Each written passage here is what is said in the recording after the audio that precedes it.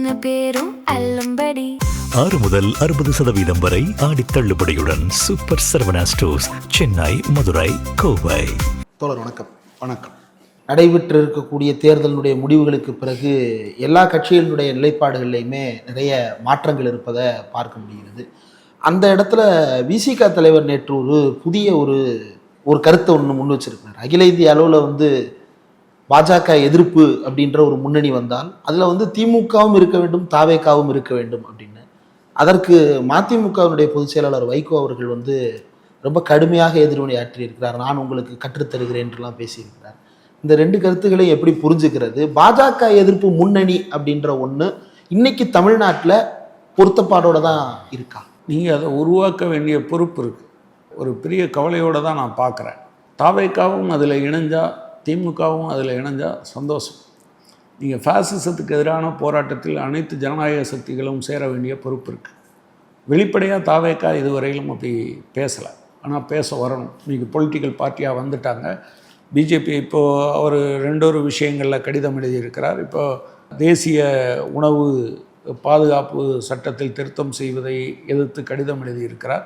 அது எவ்வளோ பெரிய பிரச்சனையை ஏற்படுத்தும் என்றெல்லாம் அவர் சொல்லியிருக்கார். எனவே அவங்க கூட வரணும். இந்த காலத்தில் தமிழ்நாட்டில் நீங்கள் நிறையா விஷயங்கள் கண்டுகொள்ளப்படாமல் போனது. நீங்கள் தமிழ்நாட்டுக்கு என்ன பிரான் பிரதிஷ்டான்னு நினைக்கிறேன். ராமர் கோயில், அந்த பிராண பிரதிஷ்டா. ஆமாம். தமிழ்நாட்டுக்கு வந்தார் நரேந்திர மோடி. இங்கே ஸ்ரீரங்கம் கோயிலுக்கு போனார், ராமநாதசாமி கோயிலுக்கு போனார், இந்தியா முழுவதும் போனார். 1980களில் ஆரம்பித்து கடந்த ஒரு 40 ஆண்டு காலமாக பாபர் மசூதி அது இடிக்க வேண்டும் என்கிற கோரிக்கை இடிக்கப்பட்டது. அந்த இடத்திலேயே ராமர் கோயில் கட்ட வேண்டும் என்று சொன்னது. அப்புறம் இதை வச்சு தான் இவங்களுடைய ஒட்டுமொத்த அரசியலும் இருந்தது. தமிழ்நாட்டில் கொஞ்ச நாளைக்கு முன்னால் இந்த அர்ஜுன் சம்பத், இந்த காடை சோரா சுப்பிரமணியம், ஆர்எஸ்எஸ் ஆட்கள், பிஜேபி ஆட்கள் அவங்க பேசுகிறதெல்லாம் கோயில்களில் இருந்து வெளியேற்றணும்னு சொன்னாங்க.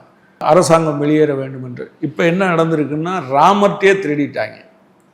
நரேந்திர மோடியும் அமித்ஷாவும் ஒத்த வார்த்தை கூட பேசலை. ஒரு பத்திரிகையாளர் என்ன எழுதியிருக்காருன்னா, பிஜேபி சங் பரிவாருக்கு காந்தி கொலைக்கு பின்னால் ஒரு மிகப்பெரிய இது வந்திருக்கு அப்படின்னு சொல்லியிருக்காரு.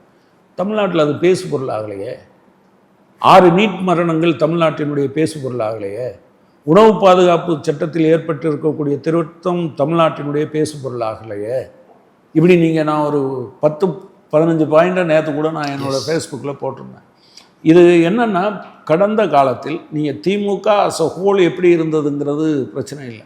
அநேகமாக இடைமட்ட தலைவர்கள் ஆன்டி பிஜேபி ஸ்டாண்டை ஒழுங்காக பண்ணலைங்கிற அபிப்பிராயம் எனக்கும் இருக்குது.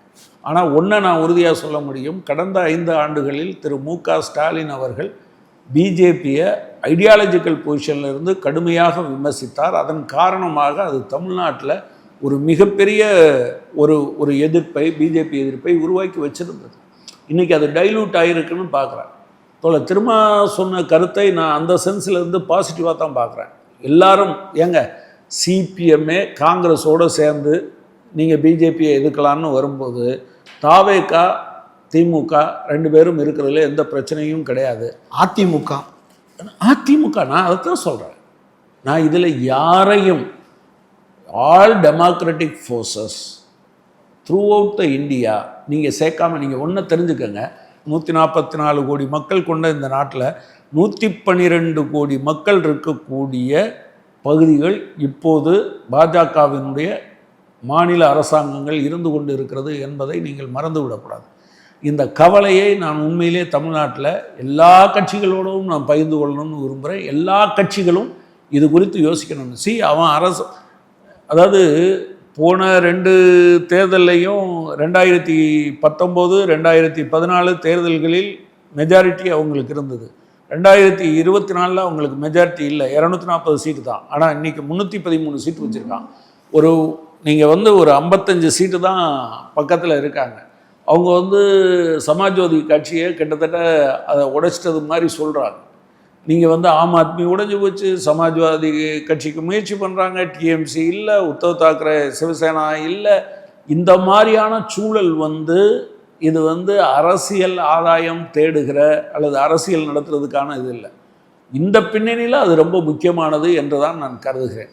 திரு வைகோ அவர்கள் பல நேரங்களில் உணர்ச்சி வசப்பட்டு பேசுகிறது, எங்கே இருந்தாலும் சரி, நான் திமுகவில் இருந்தால் நாங்கள் ஒரு காலமும் திமுகவுக்கு கேடயமாக இருப்பேன்லாம் சொல்ல மாட்டோம், தாவேக்காவோட போனால் தாவேக்காவுக்கு கேடயமாக இருப்பேன்லாம் சொல்ல மாட்டோம்.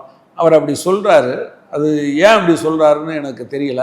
மற்றபடி இது எல்லோரும் சிந்திக்க வேண்டிய, அதான் தமிழ்நாட்டில் நீங்கள் திமுக தாவேக்கா மட்டும் இல்லை, இதில் இருக்கக்கூடிய எல்லா கட்சிகளும் அதிமுக உட்பட இவங்க எல்லாத்தையும் நீங்கள் ஒருங்கிணைக்க வேண்டிய அவசியம் இருக்குது. நீங்கள் அதை யோசிச்சு பாருங்கள். ஒரு மிகப்பெரிய நாட்டினுடைய இராணுவம் மொத்தமும் அவங்ககிட்ட, மொத்த நீதிமன்றங்களும் அவங்க கண்ட்ரோலில், மொத்த உளவுத்துறையும் அவங்க கண்ட்ரோலில், பார்ட்டி ஃபண்டுன்னு பார்த்தீங்கன்னா டோட்டல் ரிசோர்ஸ் அவங்க கண்ட்ரோலில், இதையெல்லாம் நீங்கள் யோசிச்சு பார்த்தீங்கன்னா தான் எவ்வளோ பெரிய அசுரனை நீங்கள் எதிர்க்க வேண்டியது இருக்குது. இந்தியாவில் கொஞ்சம் கொஞ்சமாக நீங்கள் உயிர் கொடுத்து போராட்டம் நடத்தி ஜெயிலுக்கு போய் அடி வாங்கி உதவாங்கி கஷ்டப்பட்டு உருவாக்கிய ஒரு முற்போக்கு விழுமியங்கள் முழுவதையும் அரைத்து தின்னுகிற மிகப்பெரிய அசுரத்தனமாக நிற்கிற ஒரு கரையானோடு நீங்கள் போட்டியிட வேண்டியது இருக்கிறது என்பதை அரசியல் கட்சிகள் புரிந்து கொள்ள வேண்டிய அவசியம் இருக்குது.